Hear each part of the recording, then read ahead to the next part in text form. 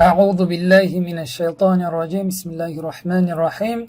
درس نهم اخفا. حرفای اخفا چند تا است؟ 15 تا. حرف تا، ث، جیم، دل، ذل، ز، سین، شین، صاد، ضاد، طا، ظا، ف، قاف، کف. اخفا چیز نون ساکن یا تنوین با یکی از 15 حرف روبرو آید.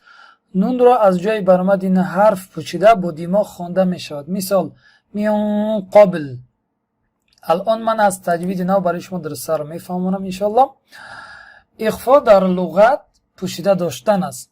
اگر بعد از نون ساکن یا تنوین یکی از 15 حرف اخفا آید، نون ساکن و تنوین را پوشیده داشته آواز را از دماغ برآورده مقدار 2 حرکت کشیده خوانده می شود.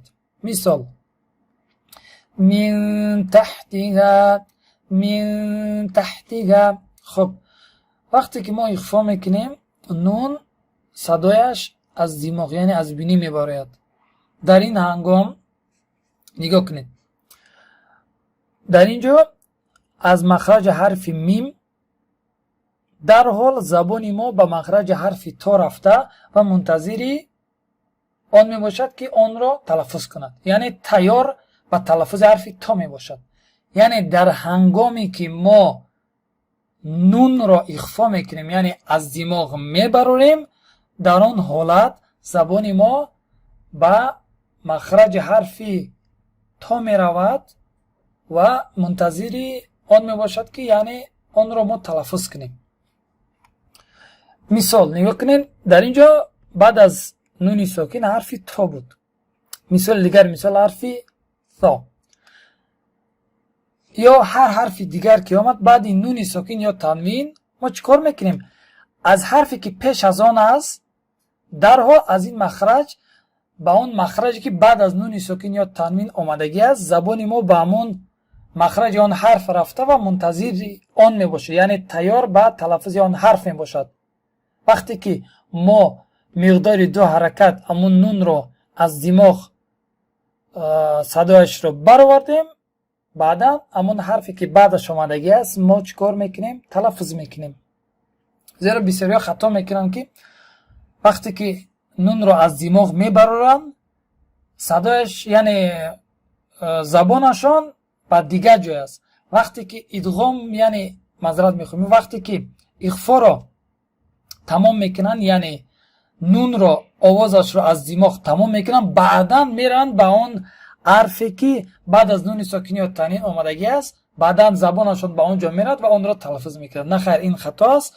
وقتی که ما اخفا میکنیم صدای ما در اینجا مثال نگاه کنین، از میم یعنی از مخرج میم در حال زبان ما به مخرج حرف ثا میرود و تیاری به آن میباشد و در این هنگام ما چیکار میکنیم؟ ما نون را اخفا یعنی آوازش را از دماغ به مقدار 2 حرکت میبراریم. وقتی که آن را تمام کردیم زبان ما به تلفظ این حرف یعنی حرف ثا تیار است، به آسانی این را میکشیم. فمن ثقلت، فمن ثقلت.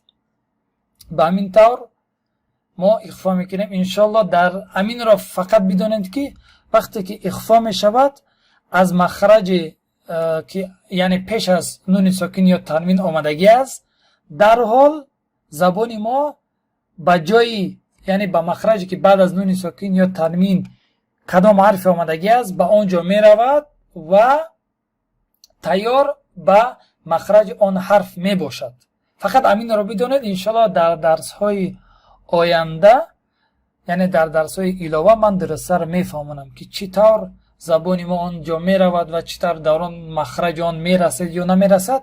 انشالله من درسته می فهمونم. فقط امین را بدانید که از این مخرج به این مخرج زبان ما می رود در هنگامی که ما نون را صدایش را از دماغ می بروریم.